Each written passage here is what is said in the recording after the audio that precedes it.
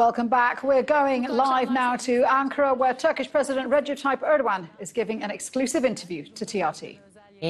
We are together with you with the President's special broadcast from Çankaya on TRT Haber, TRT Avaz, TRT Kurdi, TRT World, TRT Arabic, and TRT Radio 1 and TRT Radio News. And our President, Mr. Recep Tayyip Erdogan, is our guest today. Welcome. Thank you very much. So we will be talking about economics to politics, to foreign policy, to terrorism. We will have many questions addressed to you. And I would like to introduce our guests who will contribute to our broadcast today. From Sabah newspaper, the Ankara representative Okan Müderrisoğlu. From TRT News, Betül Soysal Bozdoğan. And researcher and writer Idris Kardeş. Welcome. So, Mr. President, there are a lot of topics that are on the agenda, and economy is one of the important agenda items, and you have made many statements about this. So, if I may, I'd like to start with economics, and I would like to address the first question. Now, growth was the hot topic today, and the third quarter growth was above expectations. So what is the target for Turkey's growth rate by the end of year, and will we stand out positively across the world? Yes, of course. During this global pandemic, first things first, in this quarter as well, Turkey has differentiated itself from the rest of the world. And by the end of the year, we will continue with this positive distinction that Turkey has positioned itself. Not only, of course, our country, but also OECD also articulates that our economy grew with a very positive performance throughout the year and preserved that position in the third quarter.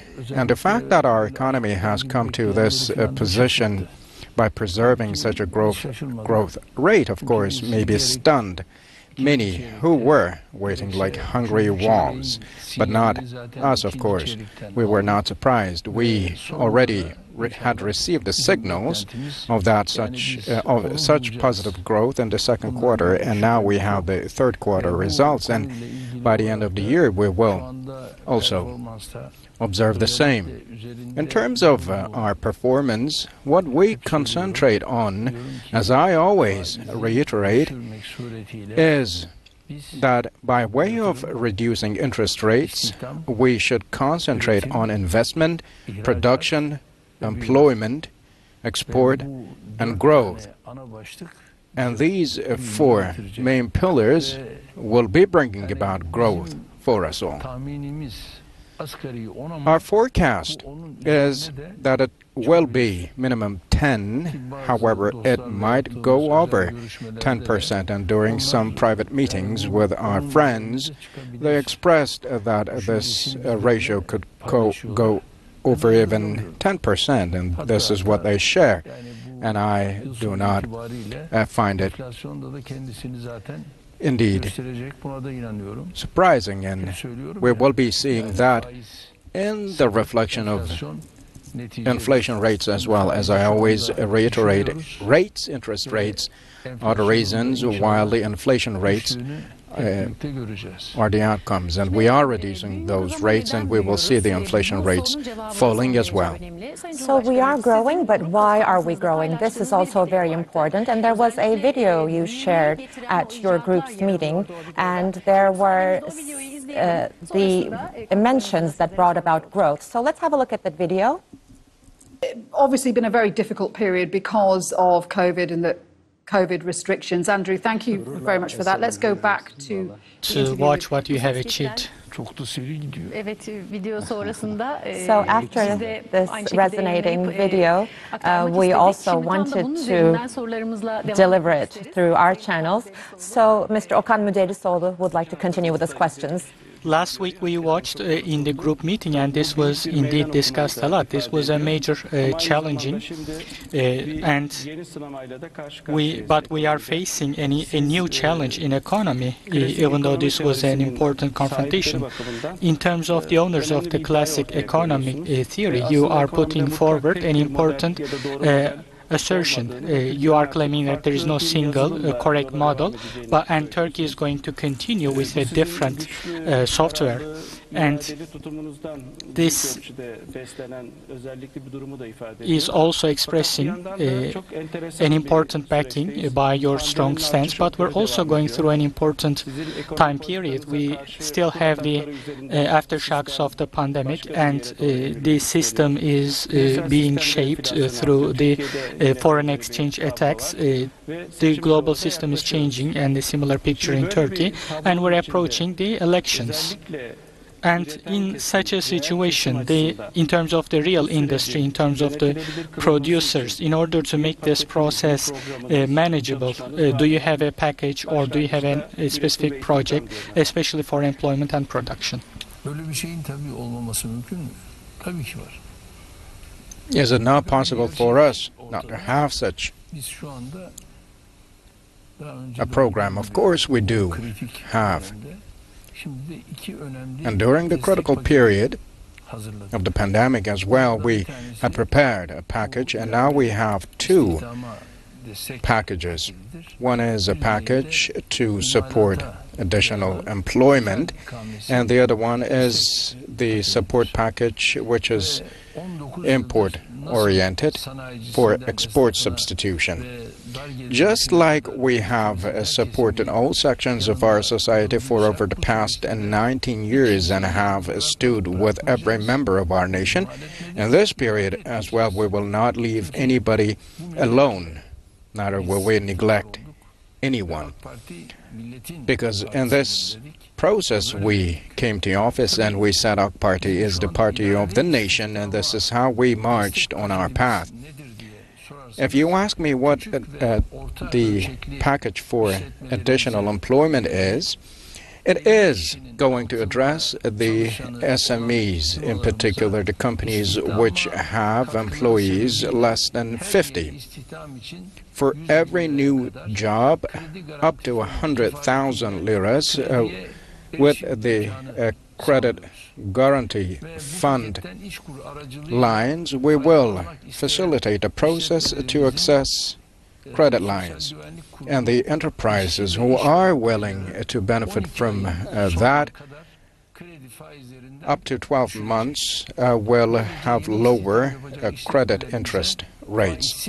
This way, credits, loans, free of interest rates will be presented to many enterprises, and it will ensure that more than 11,000 companies, enterprises, will benefit from a loan which will exceed the figure of 10 billion liras.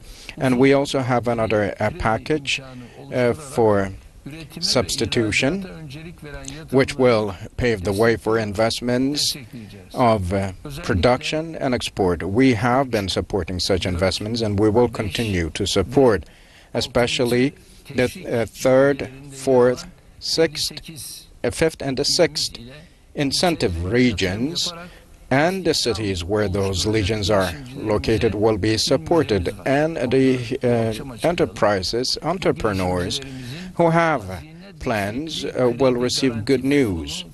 The Treasury-supported credit guarantee fund will facilitate up to 7 points of interest rates, so that those enterprises will be able to invest more. Totally, this package of initiatives will correspond to more than 11 billion liras. And our enterprises, our entrepreneurs will benefit from that. May it be auspicious for all of them. Let's continue with you, Ms. Bozdoğan. As we look at the agenda, we see economy. That's on the top ranks at the moment. So today we're going to ask many questions on economy. Well, you talked about the performance related with economy, but my first question is as follows. When we have a look at the history of Turkish Republic, the model that we've implemented up to date was that it was only in the rhetoric, in the words, but there was not a practice indeed. So this is why you constitute an unprecedented model here. You always prioritize employment and you place great emphasis on low interest rates.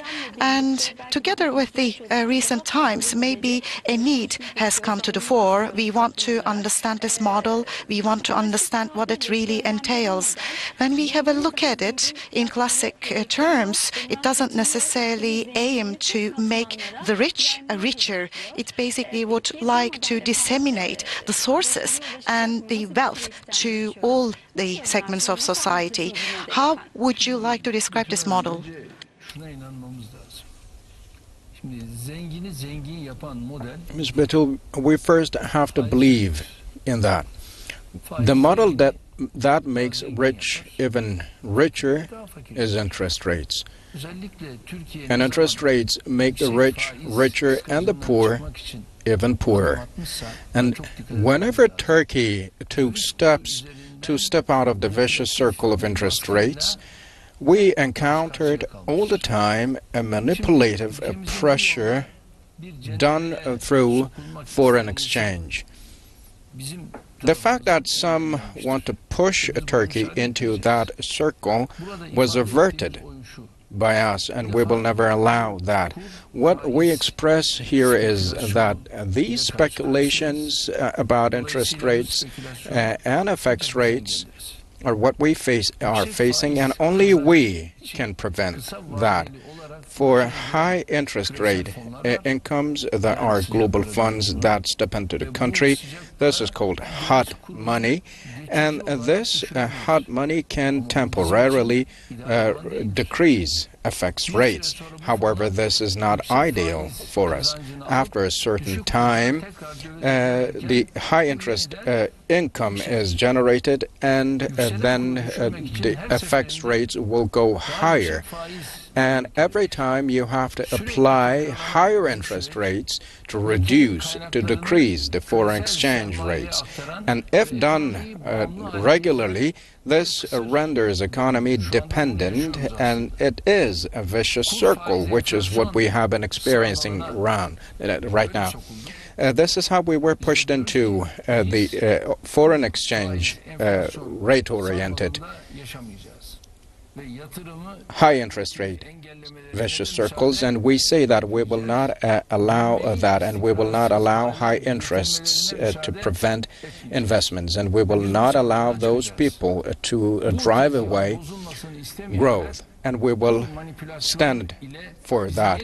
Those who do not want this plot to be disrupted want to push us back into this game of foreign exchange rates, but those within the country and the globe will not achieve in that.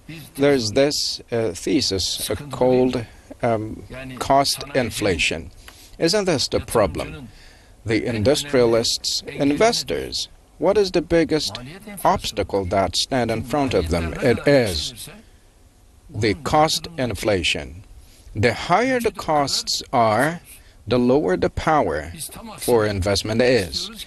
However, on the very contrary, we want to increase the power of investment, and then in the international export, then those investors will start their race on stronger grounds. The main indicators of Turkey in fundamental economy are very strong. However, outside there are some who try to make it look like they are not. And Okan Bey is very much interested in that field. However, our indicators are very strong, and our country is now at the point of breaking that vicious circle, and there is no way back from it. We will not go back from that.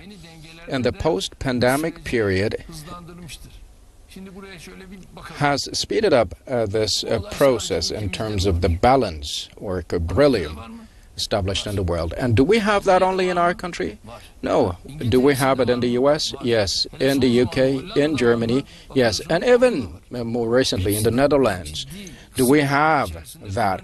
All of them are struggling in that significant vicious circle.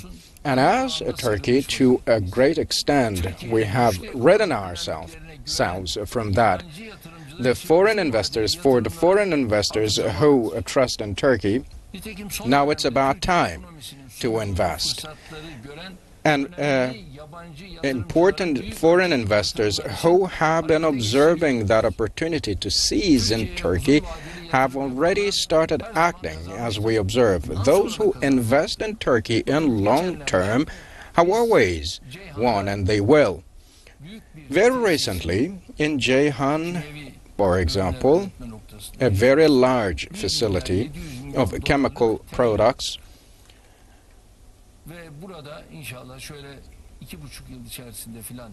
with a investment cost of 1.7 billion will come operational, and we laid the grounds for that, and it will contribute very positively to employment rates and will at the same time reduce our current account deficit. This is exactly that.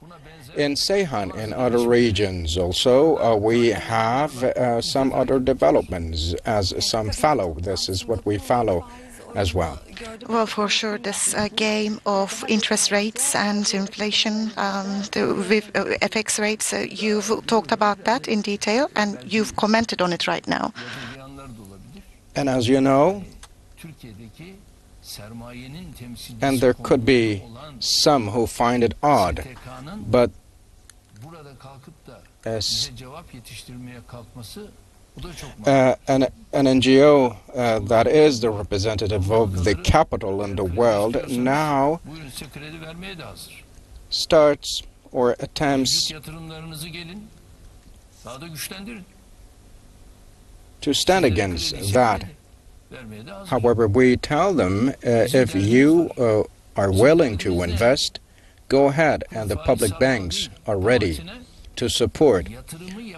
The concern here is not the FX circle, vicious circle. However, we are looking for investors that do trust in us. Doesn't matter who they are, because with the new economy model, we have been pushing away the model that will attract high amounts of hot money, but we will be supporting the real investors, and this is why I say the managers of the public banks that you will not be in a race with the private banks in terms of interest rates. On the contrary, with lower interest rates on loans, you will encourage our investors, make sure they invest. And another expectation from you, I say to them, is that you will help increase employment rates. And with that, production rates. And with production, we will be in a race. You will be in a race in terms of export with the global capital. In export, we are in a very good position, a very good position.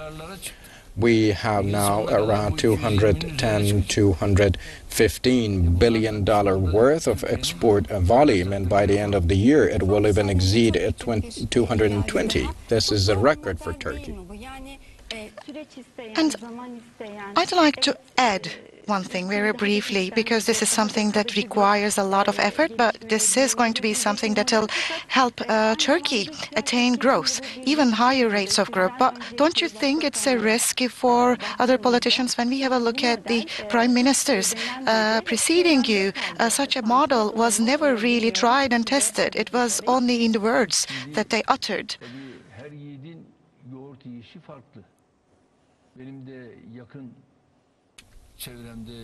Of course, everybody has their own peculiar ways of doing things, and in my close circle, many also did not defend such an approach. When we said we would be removing those extra 6 zeros off of our banknotes. Some objected.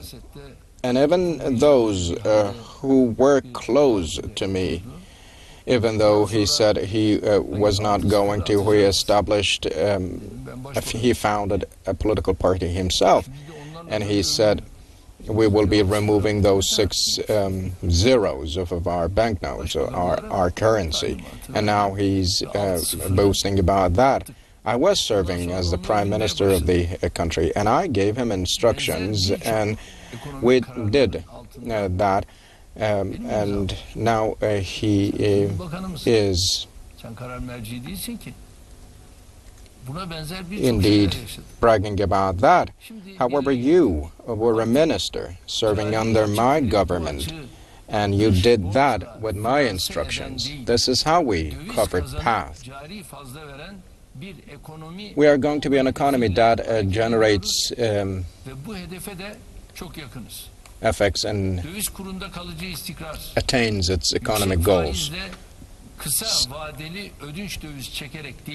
Not with short-term foreign exchange borrowed, but as I said before, export, tourism, and other service incomes can make a foreign currency generation possible. We in the past saw that high rates would not help. Pressuring the FX rates and rendering export cheap is not a way to wage a struggle against such high FX rates.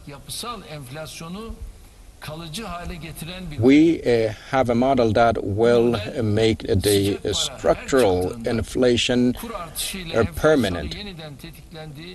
And whenever such things happened, we entered into a spiral when the global inflation rates and FX rates did not allow anything. However, we end that. The import-to-export ratio has now come to stand at 90% as of today. This is what matters. And in tourism as well, we are in a very rapid recovery process. This is what we are supposed to have. And once you have such a recovery in the services industry, then in this season, for example, we have a significant influx, if you will, of tourists coming to Turkey from Russia, and they're very happy. In Antalya, for example, in this very season, we see that many Russian tourists visit, and Antalya attracts a lot of tourists. We, of course, have a great solidarity with Russia, with Mr. Putin as well, and this also translates into that much of high visits from Russia. And we also have improved our current deficit account, and we will even have a current account surplus by the end of the year, as the indicators show. Let's continue with you, Recently, you Mr. said Kardas. the following, and I would like to ask about that. We are not going to shrink our country in a way that the mandate defending economists wish, and condemn our people to poverty. This is a very important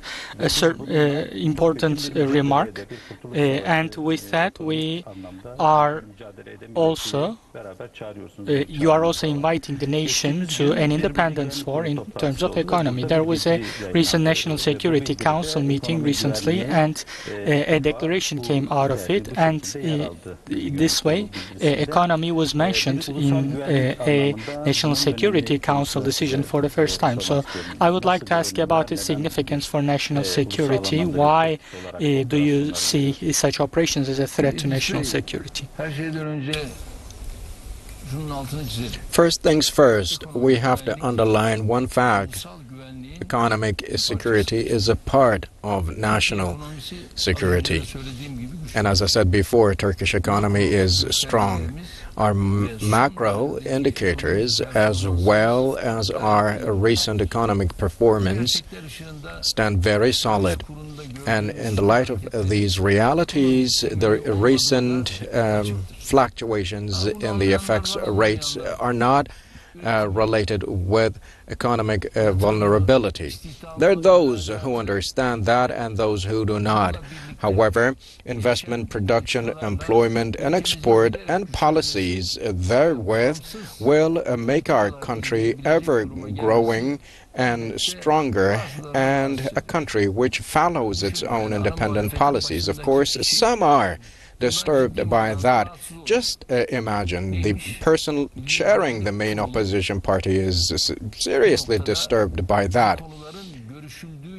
He says the Board of National Security is not a place where such topics would be raised. Indeed, this person has not grasped the meaning of politics. He does not know about politics. He still remains at the same place as he was in the past. The mindset that he had when he chaired the Social Security institution, which he made go bankrupt. Were you not the person who chaired the institution when the people lost their lives at hospitals and morgues? And during those times, I also remember the late Sabashai's TV program. Mr. Kemal was on that show, and he was mocking even with that fact. However, the journalist was asking him questions if he were not the chairperson, the president of the institution, and he was changing the subject. And at this very moment, he stands in the same place. He has not changed even slightly. So if we are not going to talk about these subjects in the National Security Board, then where? It is the place where we go down into the very sensitive details about those issues. And one fact is to be underlined again: Turkey is not the Turkey of the old times. Over the finance markets, the economic threats that some do throw at us will never be taken into account. Our economic strength, our economic potential has the capability to tackle all such problems, and very easily we can't stand against such things. With perception operations or foreign currency manipulations, it is not possible to dazzle us or to prevent us from doing what we have to do. And we have the power and the resoluteness, as we have reaffirmed at our National Security Board meeting, and we then made our statements accordingly. Now, Mr. President, the leader of CHP, Kılıçdaroğlu, has a video from 2016. Let's watch this, and then we will ask you some questions about that. It's from 2016. President Erdogan talking about the economy there, inflation rates, foreign investment. Let's bring in TRT World's editor-at-large, Yusuf Erim, who's in Istanbul. Lots of questions about the Turkish economy there, Yusuf. But the end point, Mr. Erdogan making, that Turkey has bucked the trend.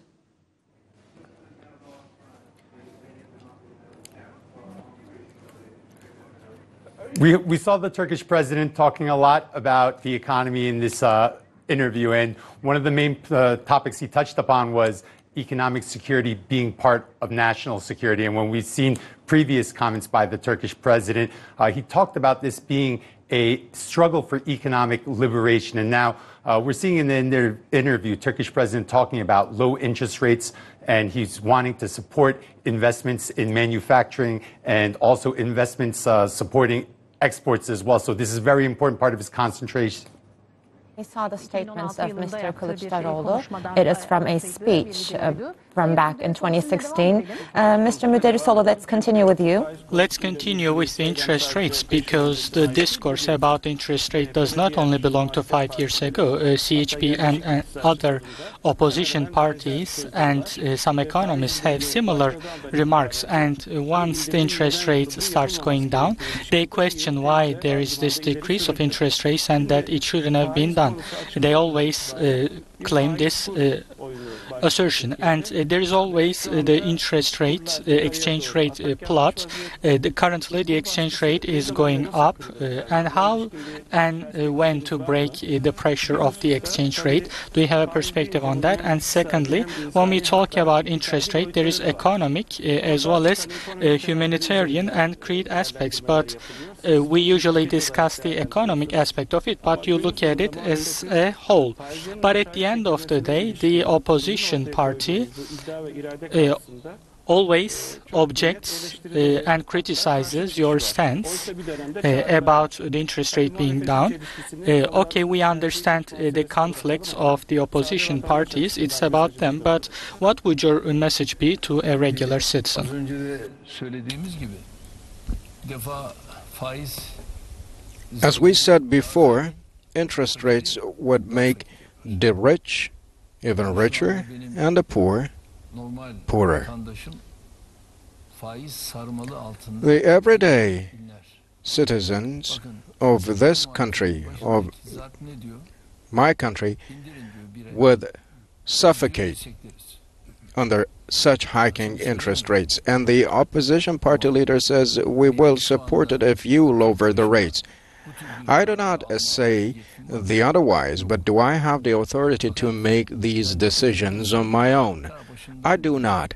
However, if you pay close attention, right all the way from the beginning, I said to the relevant authorities that they were independent. And he himself, the opposition leader, claimed that the central bank was not independent. However, if the central bank was not independent, when you asked for an appointment from them, did Tayyip Erdogan stood in your way? We know what statements you made after your appointment with the governor of the central bank. There is also an ethical dimension to all of this. After your meeting, your appointment with the central bank, will you be able to make such statements that will wear off the reputation of the central bank? However, he did that, and he repeated these right from 2016 on, and the person who stands with him is himself a supporter of interest rates, and he himself never knows of such practices indeed. However, we very frankly say, until the elections, we will see that the low interest rates will fall significantly, and the triggering effects will be very positively improved related with lower interest rates. This goes the same for inflation.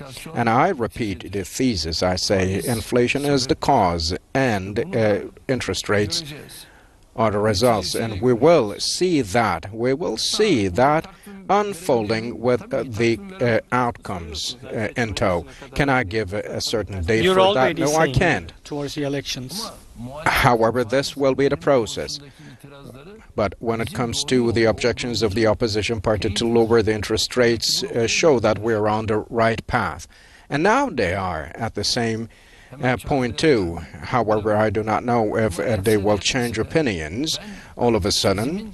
I do not know, but even if they do or not, I defend my thesis.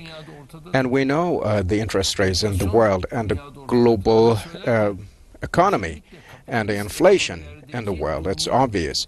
And when saying so, I do say so by taking into account the capital and the rates in the world. Let's take a look at the interest rates in Europe and the US. and also the inflation rates. When you take a look at the inflation rates and also the interest rates in those countries, you will say that there are high interest rates and inflation figures that are even not comparable to ours. However, when you look at the figures, you see that inflation is lower in their countries, and the interest rates also are lower.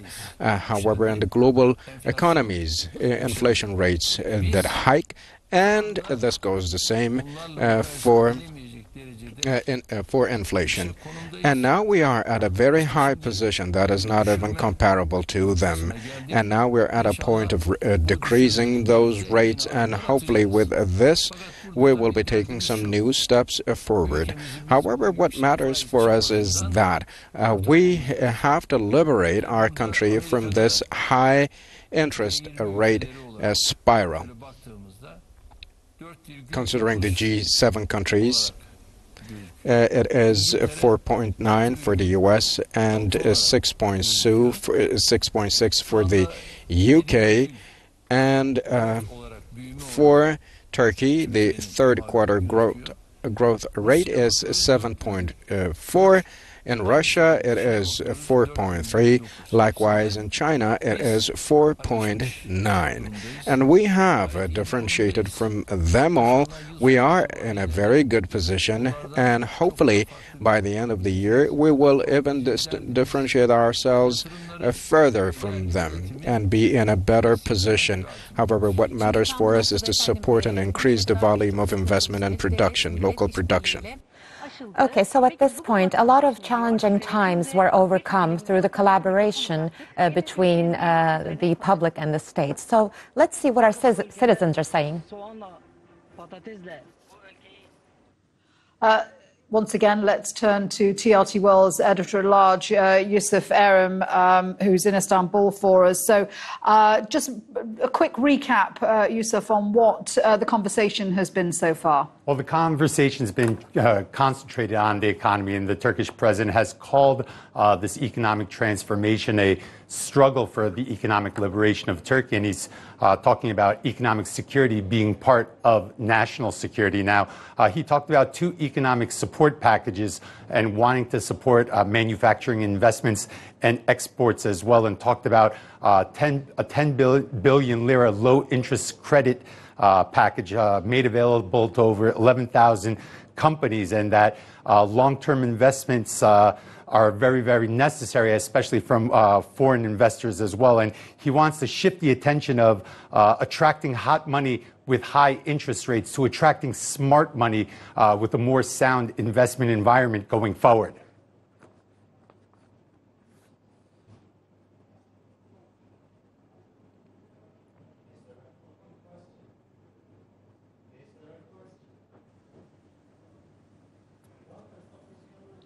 Thank you, Yusuf. Let's return to Ankara and the interview with Mr. President Erdogan. So the citizens have made statements that portray their confidence. So what do you think? How do you think this confidence was created among the citizens?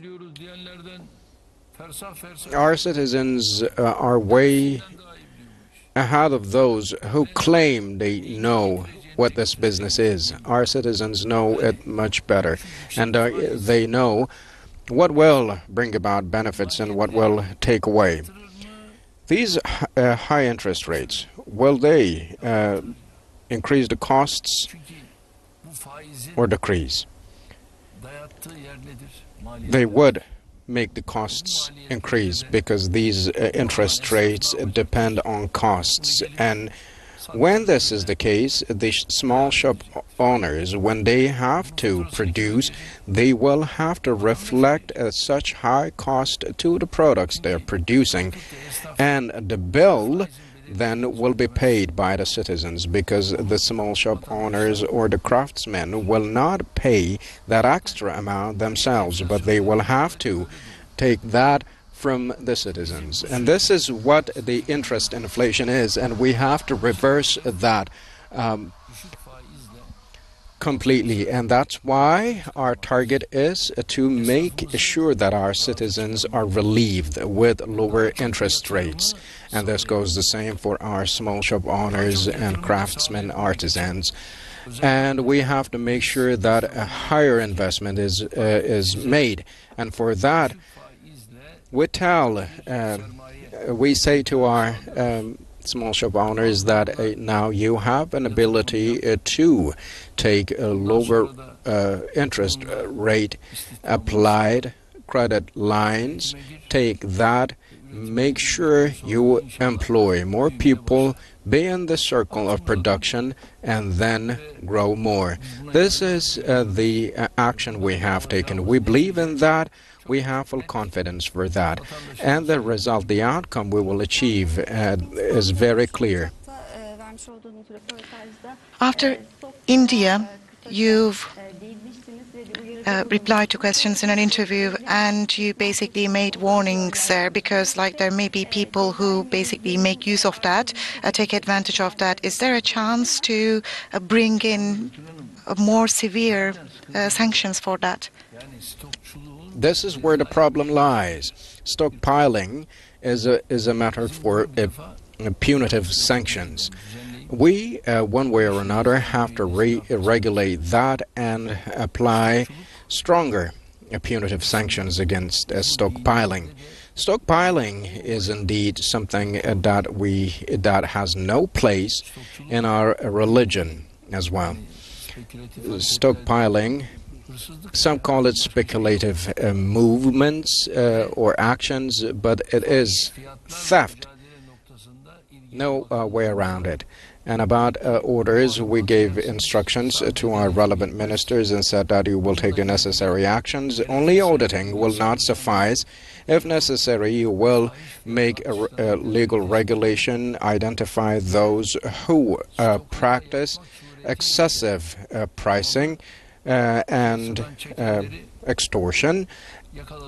And once you identify those who do engage in stockpiling, then we can practice with the necessary sanctions. And this is not only for some basic products such as onions or potatoes, but this goes the same for older products. Those who opt for stockpiling and disrupt the regular order of the market will never be allowed, and we have to opt for certain legal regulations. You have talked about inflation, but global inflation, of course, is not only in Turkey because of the pandemic. Inflation has gone up, and there's an serious increase in raw material prices as well. I have two in front of me. One of them is iron ore.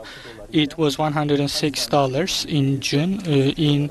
In January, in June, it has gone about 200, which is a 100% increase in international markets. Glass is another important raw material. In January, it was $40, but in July, it has reached $107.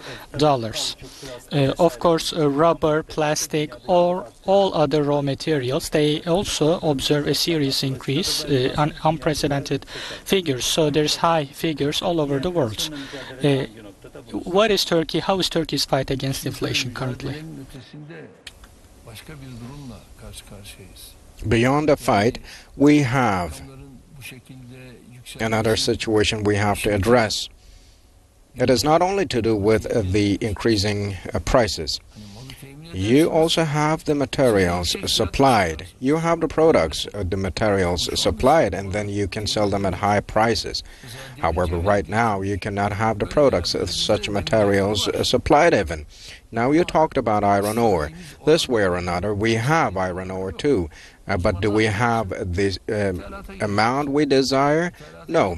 Then you have to go for import. And when you step in import area, you will see those extreme prices.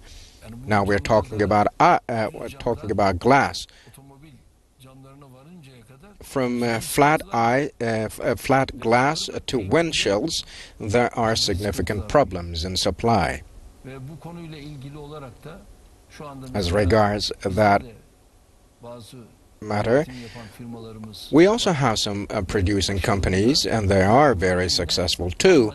But they also face challenges in terms of the supply of raw materials. What we hope is that before long, hopefully, we will pave the way for that. For example, in the U.S., some products, in terms of the import of some products from there, we face difficulties, and there the inflation has a broken record, the record of the last 31 years, and in the EU also the highest inflation rates of the last 13 years has been registered, and in Germany this goes the same of the 20th century. And in some countries, even beyond inflation, some products are not found in the market, and this is related with all those intertwined problems. And of course, it is not possible for Turkey not to be impacted by such hiking prices. We are. However, by using our opportunities, the means at hand in public capital, we try our best not to reflect the global market-related price increases on the livelihoods of our people. A global caused inflation increase is what we talk about right now, and hopefully, as I said before, by the end of the year, we will be tackling away all those opportunists and achieve positive results.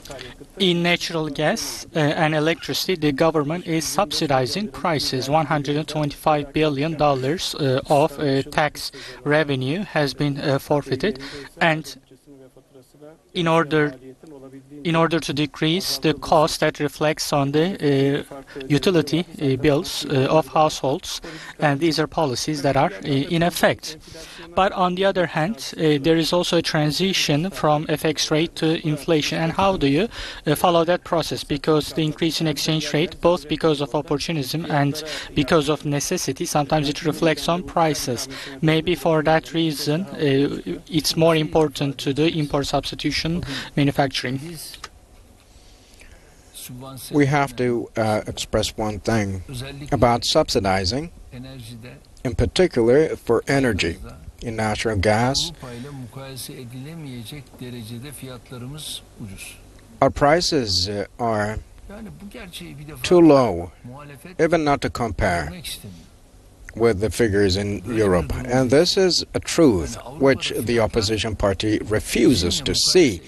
This is where we are. The figures in Europe are much more expensive at rates that are not even comparable to ours, and even more expensive in energy, in electricity. However, when we supply natural gas and power with such low prices, we see, on the other hand, there are many who do fabricate and manipulate some news. And until when are we going to race against such liars? However, I have a habit. I have not been, indeed, standing against those who lie, do not care for what they say. However, we say that the electricity, the power prices are the half quarter of the its cost, and natural gas by the quarter of its cost. This is what the reality is, as obvious as daylight. But no matter what you say, such people do not believe in that.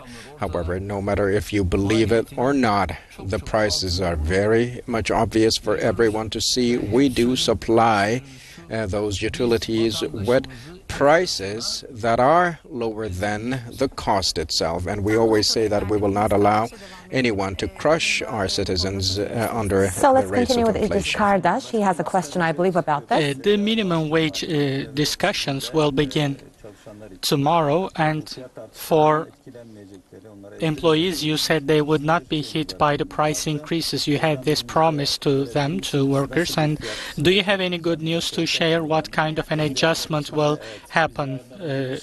Can we get some information before tomorrow?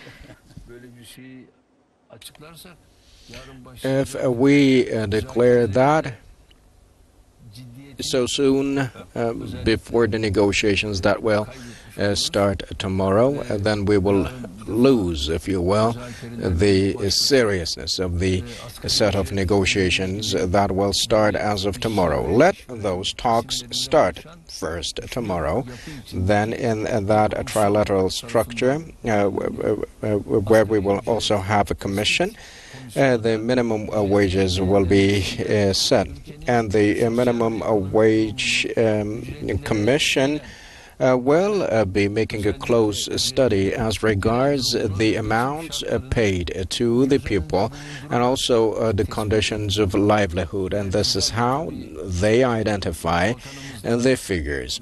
And with our minister and also relevant officials, of course, we have talked about that, exchanged opinions as regards the minimum wage as of 2022. 2021, we have earned a lot, and the net minimum wage that a single person could get was only 180 liras when we took office. However, we have increased that figure to 2,825 liras. The minimum wage nominally over the past 19 years has increased by 15.3 folds. And in terms of real ratios, this has translated into an increase of 131%. The fact that the minimum wages increased also is a clear indication that the purchasing power of our citizens has grown. And in line with international indicators, we see that the purchasing power for the minimum wage workers, the index where many European countries and the U.S. are, our country ranked at the 14th. However, in 2020, our country ranked up to the 10th position. We will continue with this policy of increasing the purchasing power, and we will be bringing our country to even higher ranks in the world. And starting with the lower income groups from 2002 on, we have been waging a struggle, exerting efforts to improve the living conditions for all sections of the society. And with this minimum wage increase that we will have, we will be protecting our people against the negative impacts of the high inflation. When you first became Prime Minister, there was a certain program, and in 2004, when the minimum wage was being set, IMF objected to it, and for the first time and very openly, you defended the minimum wage despite IMF and despite the conditions of the then Turkey. You have increased the minimum wage in a very effective way, and yes, maybe the 2022 conditions require the same level of bravery from you. Do you doubt that? Such behavior would, of course, befit our character, and we would, with this bravery, act, and also the relevant minister and his delegation, and as well, of course, all other officials, the deputy chairperson of the party and deputies of various provinces, will hold constructive and comprehensive talks, and as a result of the talks that will be held with the unionists, we will be making our decisions before long. Okay, at this point, I would like to mention this. Now, we talked about employees, but there are also the retired who have some challenges. So what are the new regulations we could expect for the retired in the new term? Of course, the retired have always been one of the prioritized groups we address, and it will be the case after this point as well. And we have pushed our limits to improve their conditions, and we will stick with that. From the first days of our power on, we have done that. We have increased the pensions of the retired by 75 liras and then 100 liras in second consecutive terms. And in the past, you know, the retired had to collect a certain transaction receipts and whatsoever so that they could receive a tax in return. However, in 2012, we have issued a new law, and this translated into an increase in the pension of many retired. And the Social Security support incentive premium was reduced from 15% to 10% first, and then we abolished that completely. This also reflected as a 15% of increase on pensions.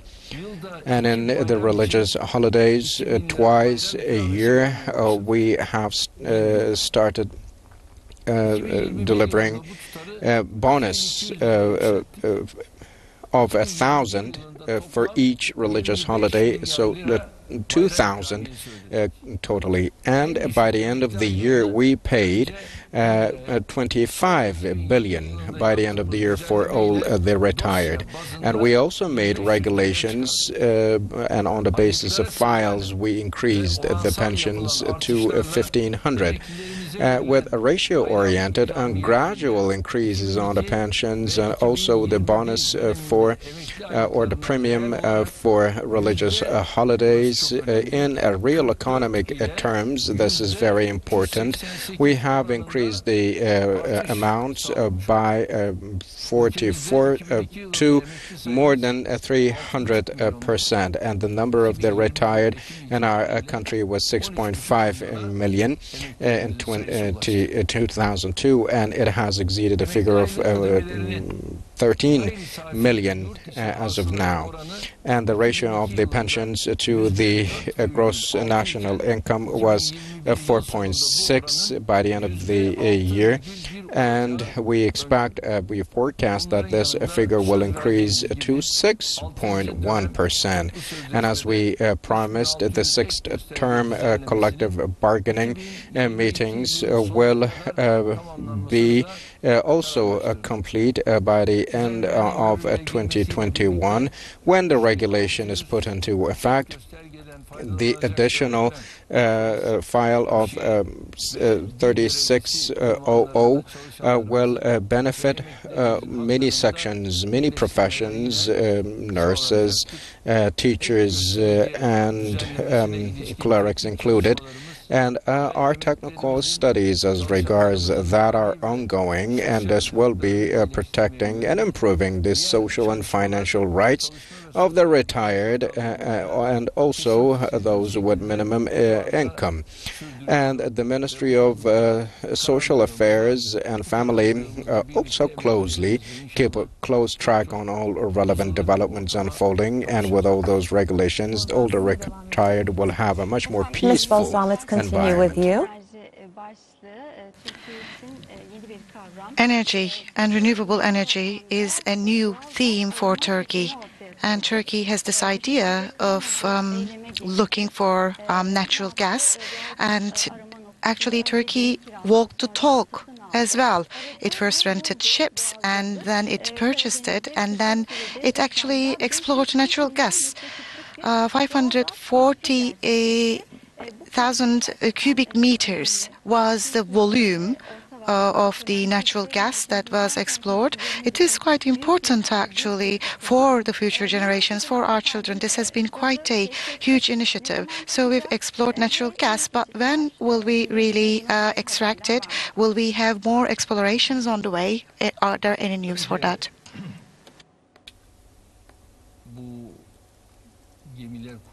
Firstly,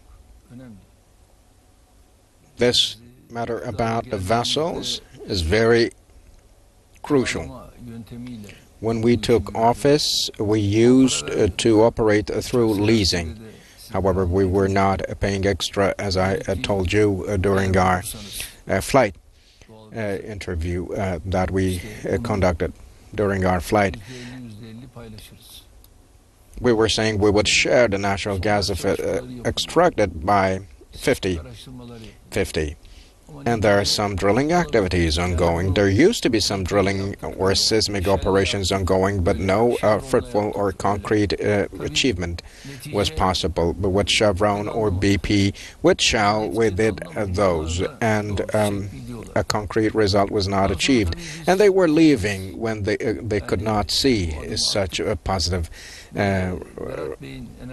results. And then we took our own steps forward when Al-Bayrak was the Minister of Economy, Minister of Natural Resources. We procured 2 seismic vessels and then drilling vessels, and the number of the vessels increased to 5. By that you mean they were very difficult to procure. Nobody was willing to sell. No, yes, that's the case. That was the case. And now we have our 6th drilling ship. And this drilling ship was a turnkey vessel. Is a turnkey vessel, and it will be delivered in a couple of months, hopefully. And with that, we have other 4. We will have a totally 4 drilling vessels and 2 seismic vessels. And with those vessels, we will operate in the Black Sea and in the Mediterranean. Let's call this Blue Sea. And we will be conducting our operations much more intensively and with much more confidence. And of course, that disturbs some very much. The completion operations before production and all relevant wells are going to be complete. And the land facilities, material supply, and offshore facilities material delivery activities are ongoing for the distribution lines to be submerged to the sea floor. We have plans to start operations in 2023. As of 2023, January, in Sakarya gas field, we target to start the first operation of gas production, and in Sakarya field in 10 wells and the first phase we plan to make a generation of 10 million cubic meters on a daily basis, and depending on the number of the wells to be opened in the second phase, these figures will increase up to 40 million cubic meters. And for more good news to come, our teams are intensively operating in the region with their drilling and exploratory, of course, activities. And the moment we receive the good news, we will share that with our people. Not only will we share it with our people, but as we produce, we will be putting the natural gas to public use. You made a statement that 21st century would become the century for Turkey, and we can actually consider the exploration of natural gas in this regard as well. When we think about 2000s, there was not such an agenda. There was not really this concept of blue motherland. There was not even an idea of looking for natural gas. So, and now, thanks be to God, we go beyond seeing the signals of that, but experience that. And it's not easy to own such vessels. Take a look at them.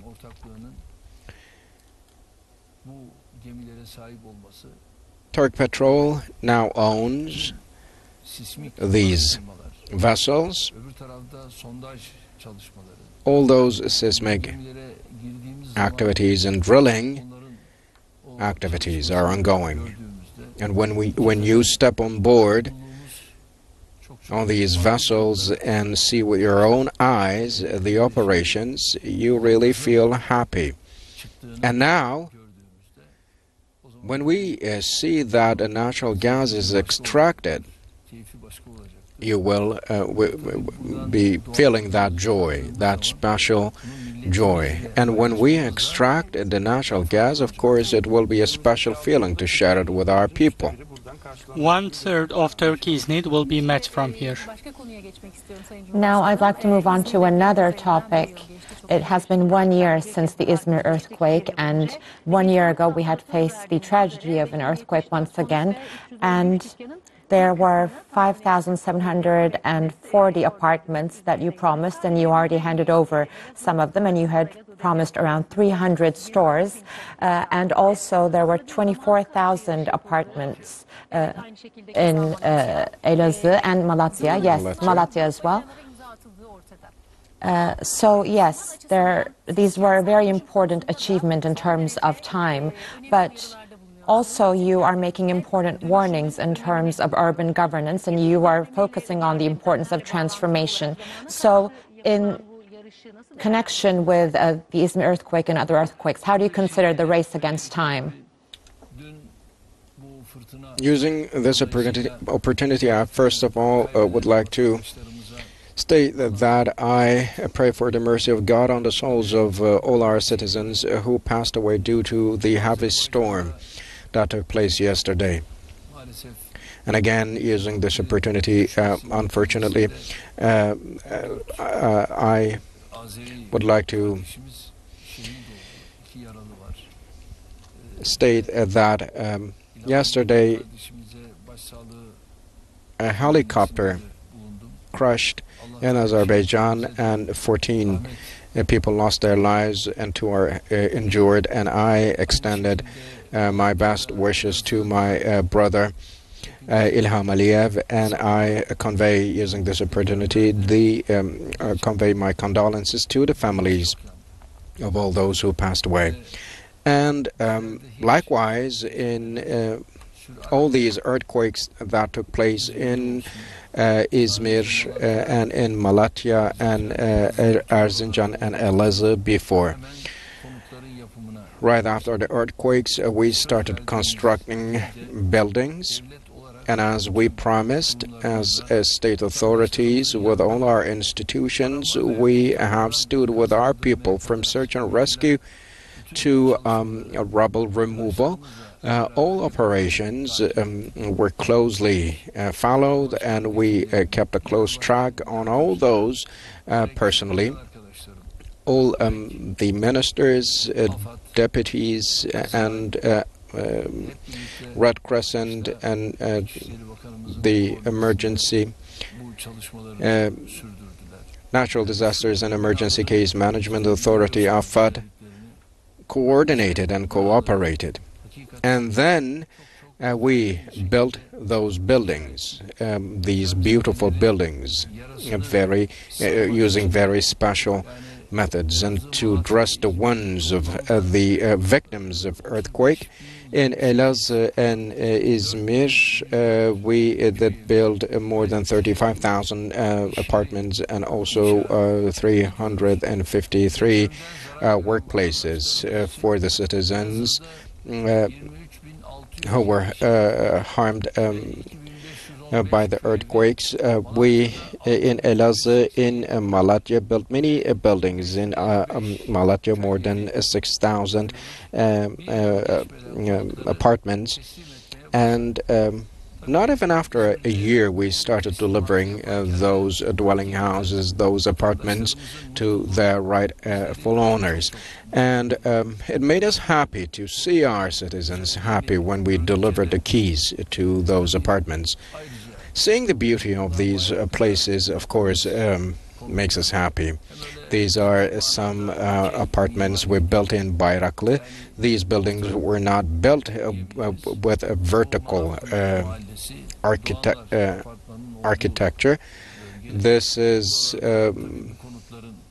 Bayraklı district where the Doğanlar dwelling houses are located. Of course, it made everyone happy there. We saw the happiness in the eyes of the people to whom we delivered those keys. And right after Izmir earthquake in Bayraklı, we constructed 391 apartments and 302 workplaces. And in the reserve area, we have acted immediately to build more buildings and workplaces. And in Borna Eğridere, with 34 village houses, we, after the Izmir earthquake, made decisions to build more than 5,074 apartments and then deliver them without further ado.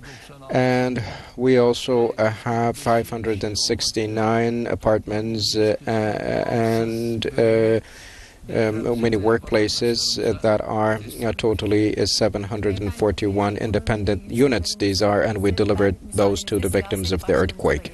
Okay, so now I would like to move on to our topic of politics. And the elections are coming up, and I know there are a lot of items that our speakers would like to address to you. You have talked about the Izmir earthquake, and the buildings are really magnificent.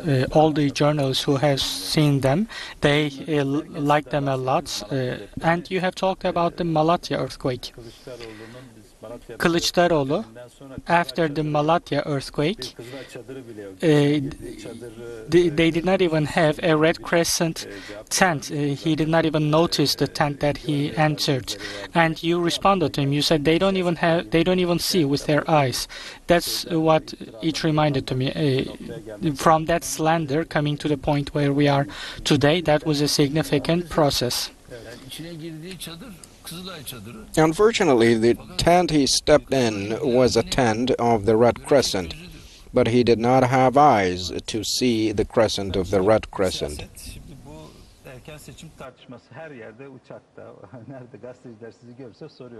When journalists see you, they ask, and we want to ask the same, because he is trying to bring it to the agenda. They discuss it among themselves as well, and different parts of the opposition, they talk about early elections.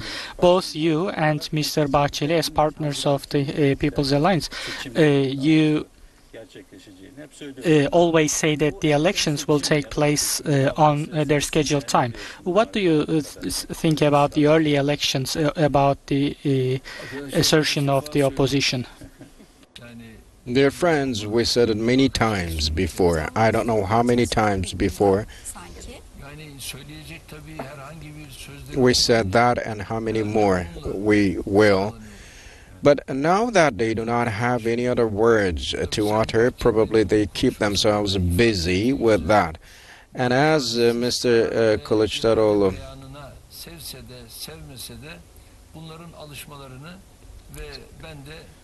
said that many times before, even though they like it or not, they should get used to it and accept that idea. Those who do not have any benefits to offer for the people, so to speak, believe that they're making politics by keeping the people busy.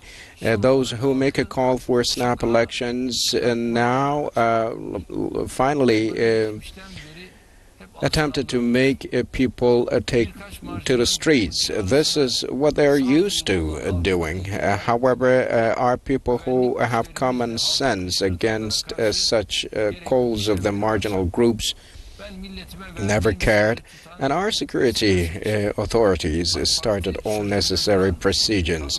I'm a politician who delivers on his promises, and our party is a party that is constituted of units with merits. And hopefully, when our citizens go to the polls in June 2023, they will be making their choices to the favor of AK Party and People's Alliance.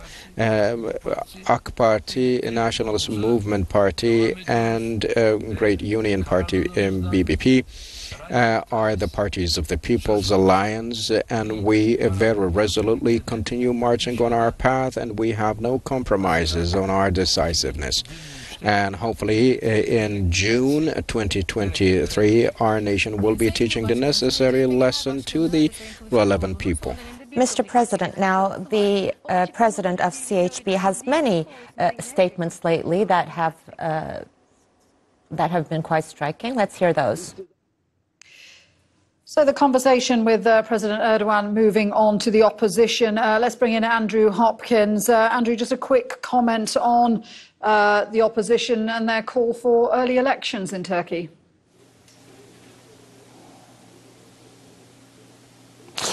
Yeah, they've been making this call for a few weeks now.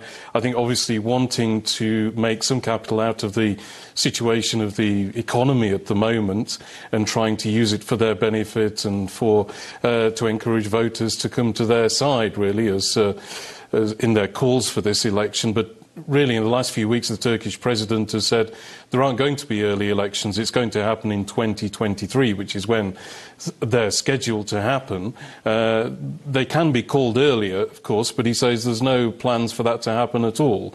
So this is what is being discussed here. It's more sort of the internal politics of Turkey at the moment and how that's going to reflect in when they're going to go to elections.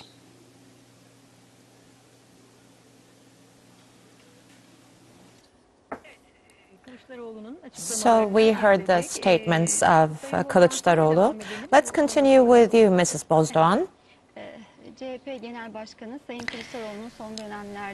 So, CHP head of CHP made many remarks on making amends in the recent days, and recently he made a statement about AK Party and AK Party's electorate.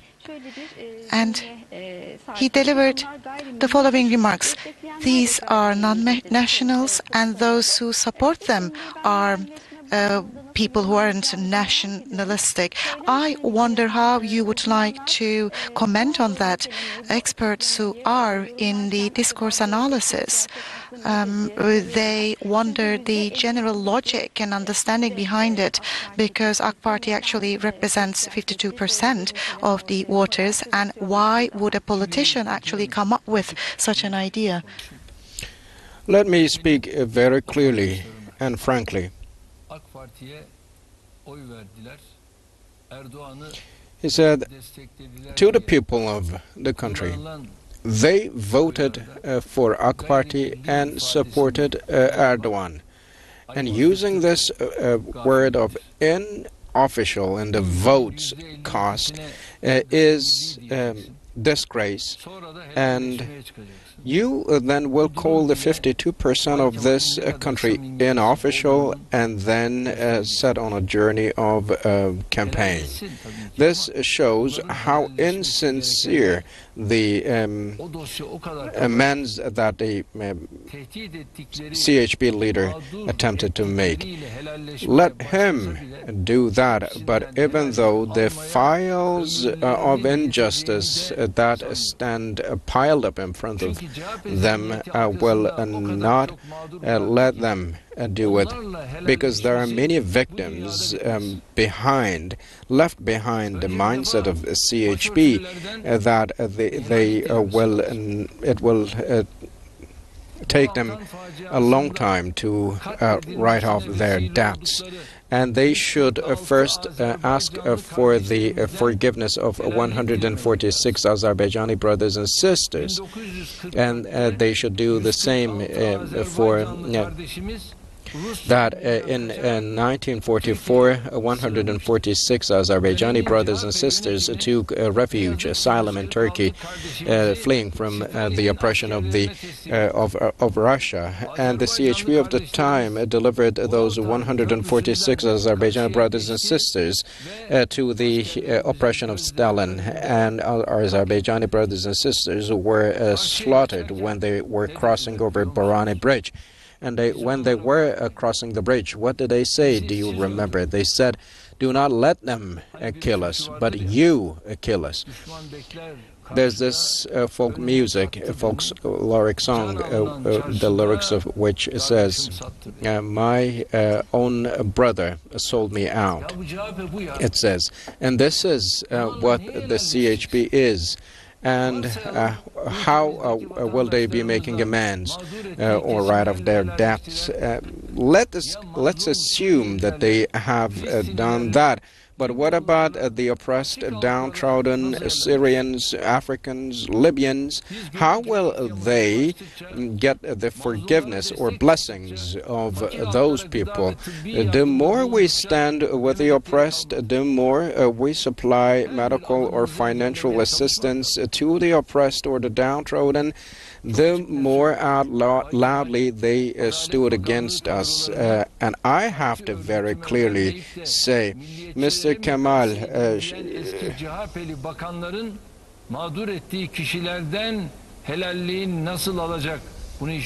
have you ever thought how you will be asking for the forgiveness of those people who were in official positions and removed from their chairs unrighteously? And do you know how you will ask for the blessings of the citizens who could not even get the body of their children from the morgues of the hospitals just because they could not afford?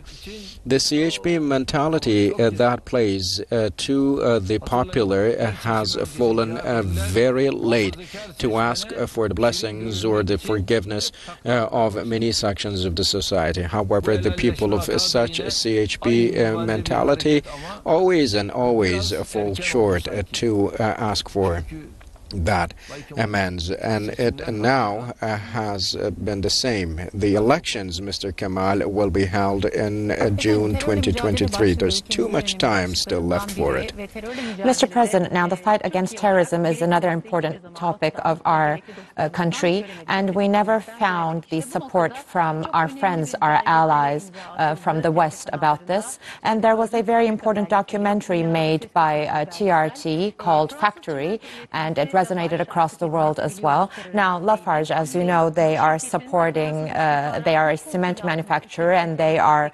supporting terrorism. And it has been proven by documents that they are providing this support with the intelligence of France. And it was also revealed that Macron supported them as well. And this documentary was broadcast on TRT News, TRT World, and TRT Arabic in two parts, and we have a video about that, and then we will address some questions to you. The TRT World team meticulously examined 500,000 documents over 2 years. They interviewed witnesses and defendants. The result of the investigation will create waves in France. TRT World's documentary Factory reveals the dirty dealings between cement companies, Lafarge, French intelligence operatives and terrorist organizations. Between 2012 and 2016, French cement giant Lafarge transferred millions of dollars to Daesh and the YPG and PKK terrorist organizations in Syria. YPG-PKK took the lion's share, but importantly, all this took place with the knowledge and approval of French intelligence. French government officials and the judiciary covered up the dealings for a long time. The European Union has also turned a blind eye. It is alleged that French intelligence uses Lafarge as a cover. The facts are contained within the documents. It turns out that the world's largest cement company finances terrorist organizations. And it all points out to one prominent individual, Emmanuel Macron, who at the time was Minister of the Economy and responsible for assets abroad. The General Director of Enterprises, who was accountable to Macron at the time, is mentioned frequently in the documents. Macron knew that the company financed Daesh and the YPG-PKK terrorist organizations, as well as groups affiliated with Al-Qaeda, while Daesh was carrying out attacks in France. Everything is clear in the documentation. The documentary Factory was broadcast on TRT Haber, TRT World and TRT Arabic channels on the 6th anniversary of the Paris attacks. the murder of 130 people by Daesh, supported by Lafarge. TRT World's documentary has had a significant impact on the public. Yes, we can see how Turkey is battling many dirty traps in the fight against terrorism. And I believe you have some questions, sir. Yes, this documentary is very important, Mr. President. These documents and also the righteousness of the discourses of the government. And these documents show the hypocrisy of the West. And you also say that you support financially the terror groups, and this will come back striking at you. And this is probably taking place with the money provided by Lafarge, and many people lost their lives because of that. And terror somehow comes back at them. And you expressed that hypocrisy and the political support. And on the other hand, some financial support through tunnels. They built also many tunnels. So in the face of such hypocrisy and also the loneliness Turkey is pushed towards, what do you say about that, Mr. President? First of all, I should congratulate TRT for this successful work about how terror groups receive support and the terror groups which are fed by them, how they go back and hit the countries that support them. This is an important work that shows this to the whole world. We are the country which is hit the most by the negative outcomes of the Syrian war. This is evident. The Syrian people, the territorial integrity of the country, and terror which threatens our own national security is maybe one of the most important ones of these outcomes. One of the reasons of the terror problem in Syria is the foreign support that is extended to terror groups. In the pretense of the fight against Daesh, some countries are giving support to terror groups like PKK or YPG. PKK and YPG, their terrorist identity cannot be changed by giving them different names and cannot be shown as legitimate. By claiming to fight against Daesh, giving support to PKK and YPG.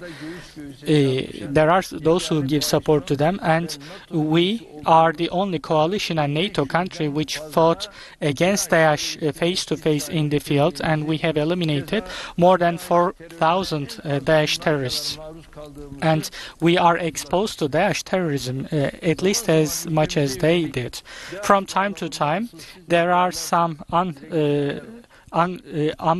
baseless claims about Daesh and our country, but they should first look at their own attitude. The Lafarge company's activities which are connected to Daesh are also have been discovered by the French judiciary, and the French judiciary made a decision, a ruling on it. And do we need any other proof, any other evidence than that? And of course, Lafarge's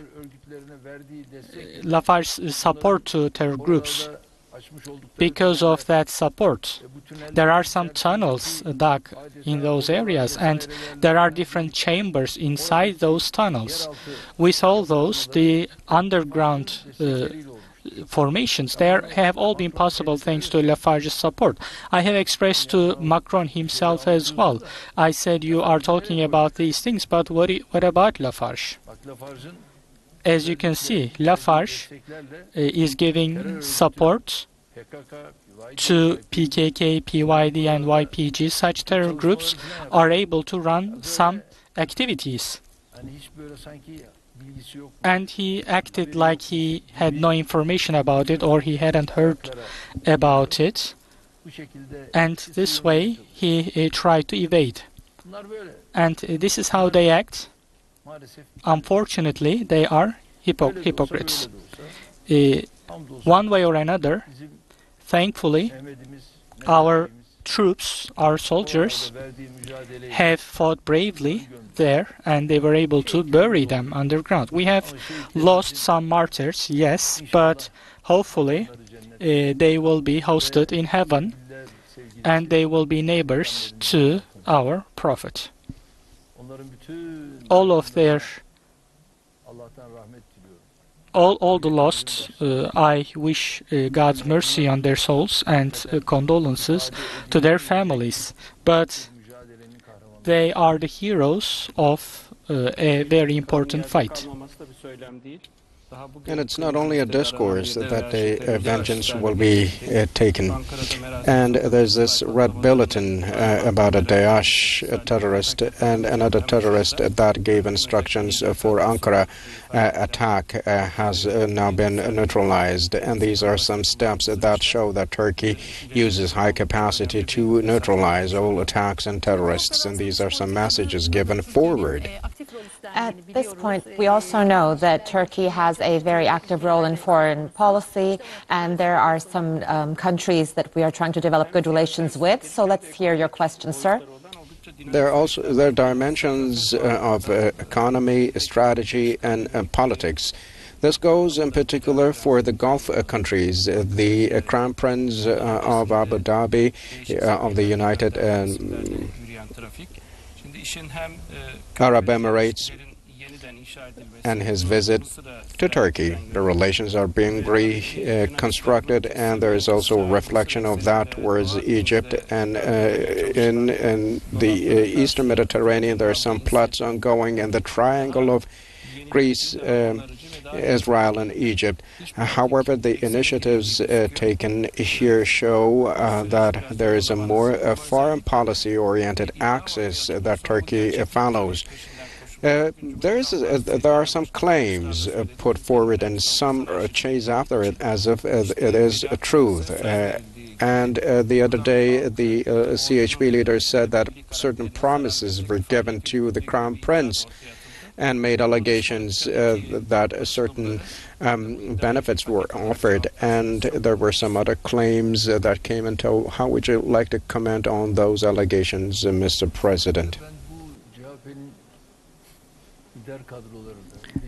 The leadership of CHP or its leader, they have nothing else other than their lies that they feed from. Our talks, as you know, they started with Qatar, and their claims were not received well. We did not sell BMC to Qatar. BMC is only Qatar only became a partner, a shareholder to BMC, which is 49% to 51% us. And with this partnership, what we manufacture in selling our production to certain markets with their positive input as well. The factory in Arifiye will also be renovated, will be retrofitted, and this partnership played an important role in making this possible. With the Abu Dhabi administration, we have taken a historic step. $11 billion of pre-agreement has been made. Some other steps have been taken as well. And with the bilateral talks that we have had, around February, if possible, I will have a return visit. But in the meantime, our Minister of Foreign Affairs, as well as our intelligence president, they will have a visit as well. And together with all these visits, with UAE, our process will hopefully progress much more.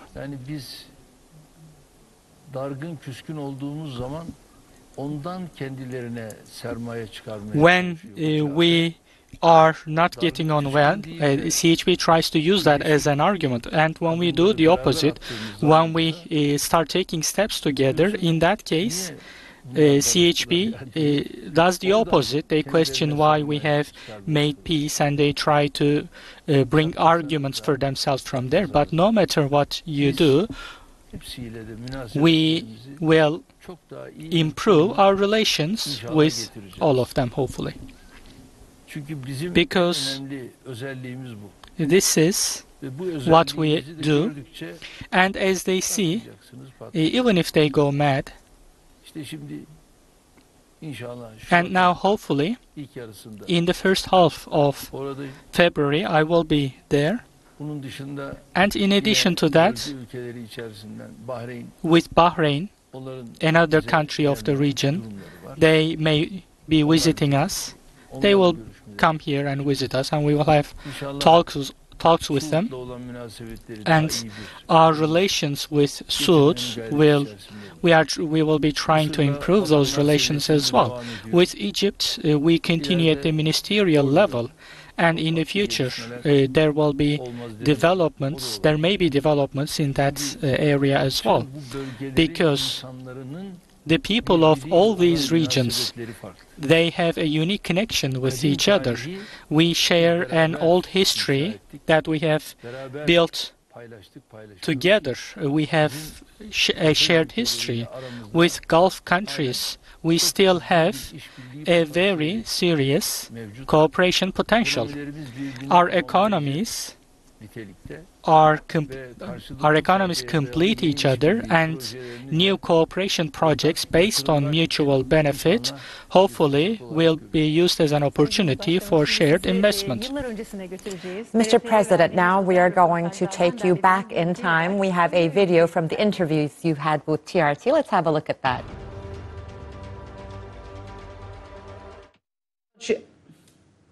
Let's bring in TRT World's editor-at-large, Yusuf Erim. So the conversation, Yusuf, turning to foreign policy, Turkey and its relationship with the Gulf state of the United Arab Emirates. Just talk us through that, because that was underlined by the visit recently of the Crown Prince of Abu Dhabi.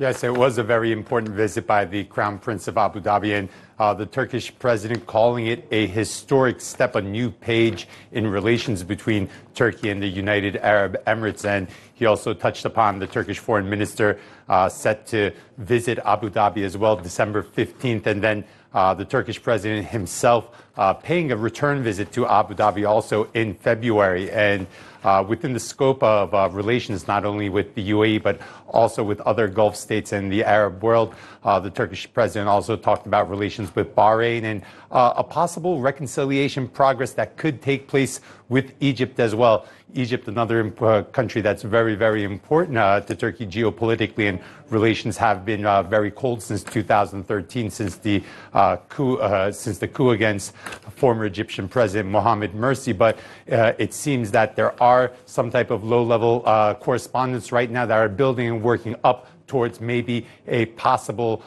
foreign ministry or higher level diplomatic relations going forward. So that's developments that we're going to have to be watching very, very closely as Turkey's working to reconcile its differences, not only with the UAE, which is moving forward very, very positively, but also other Gulf states as well, like Saudi Arabia, Bahrain, and then again, Egypt onwards. At large, as we look at some pictures of a very young Mr. Erdogan speaking to TRT a couple of decades ago. Let's go back to Ankara. Did it make you emotional? I have gotten older. Time flies. Unfortunately, it's the case for all of us. But your style and the words seem the same. And you, is it the same? Are you saying you are moving forward with the same determination? I mean, the society, the public, as long as they continue giving this answer, that keeps you going, that keeps you alive. This week, as you know, we were visiting Izmir, and Izmir we have handed over the apartments that were completed, and then we progressed to Menemen district. And when we did that, on both ends of the streets. From the balconies of buildings, people were throwing down flowers. And we have entered the square, but until we did so, we had a few kilometers of road, and once we arrived at the square, it was packed, it was full of people. According to what the police said, close to 20 to 25,000 people were present there. There was a lot of enthusiasm, a lot of excitement, which was unique. And in the face of such enthusiasm, of course, you have to respond in the same fashion. Especially after that, we had an event with persons with disabilities. As you know, Metin Şentürk, he joined us with his instrument, and at the same event, we had people with visual disabilities or hearing disabilities. We listened to the songs that they sang, and we shared their joy. I participated from time to time, and of course, all these songs that they sing, if we don't join in, it wouldn't work, because they give you that excitement, that enthusiasm. And as I always say, we are in love with our nation. As I always repeat, as poet Neşet Ertaş said, when you work in love, you don't get tired. Well, the interview on the aircraft, and I had the chance to witness, or we had the chance to witness, the way you act as a politician from time to time. So all the topics and the themes that you touched upon, among them you also have time for stories of people, like, for example, a piano of a disabled person, for example. And you talk about that, and these actually occupy a place in your life. You talk to them, you call them. How do you really handle this? If we are in this position, as long as we occupy this position, we have to take up the issues of those who suffer from certain problems. For instance, that evening, we had a young girl. We had 4 siblings, and they could not see. They were sitting right next to us in Konya. The one who studied law? No, this was a different person. She had memorized the whole Quran, and the other one, he had a different request. Probably they were very motivated. They said, we don't have a home. I said, okay, young daughter, we will solve that problem. And today, I asked the local authority and the Konya, they talked to the Konya mayor, and they said, okay, we will solve this problem, have no worries, they said. And that way, that problem has been solved. And the other sibling who was studying law, she had a different issue, which we have also solved. We would like to thank our guests. We have reached the end of our program. Mrs. Bozdoğan, Mr. Kardeş, Mr. Müderrisoğlu, and Mr. President, thank you for responding to our question and hosting us here. I thank all of you as well. This has been great, a great chat, and people watching us on different corners of our country, I send my very cordial greetings, my love and my respect to all of them. Dear viewers, we have reached the end of our President's special broadcast. Good night.